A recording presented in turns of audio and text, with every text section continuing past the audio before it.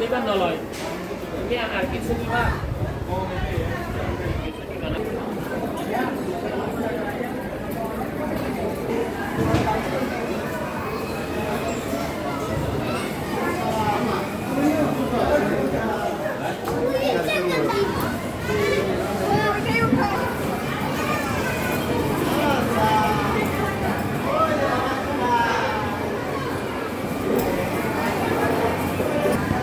তো আজকে ভিডিওটা তোমাদের কাছে কেমন লাগলো, ভিডিওটা এই পর্যন্তই।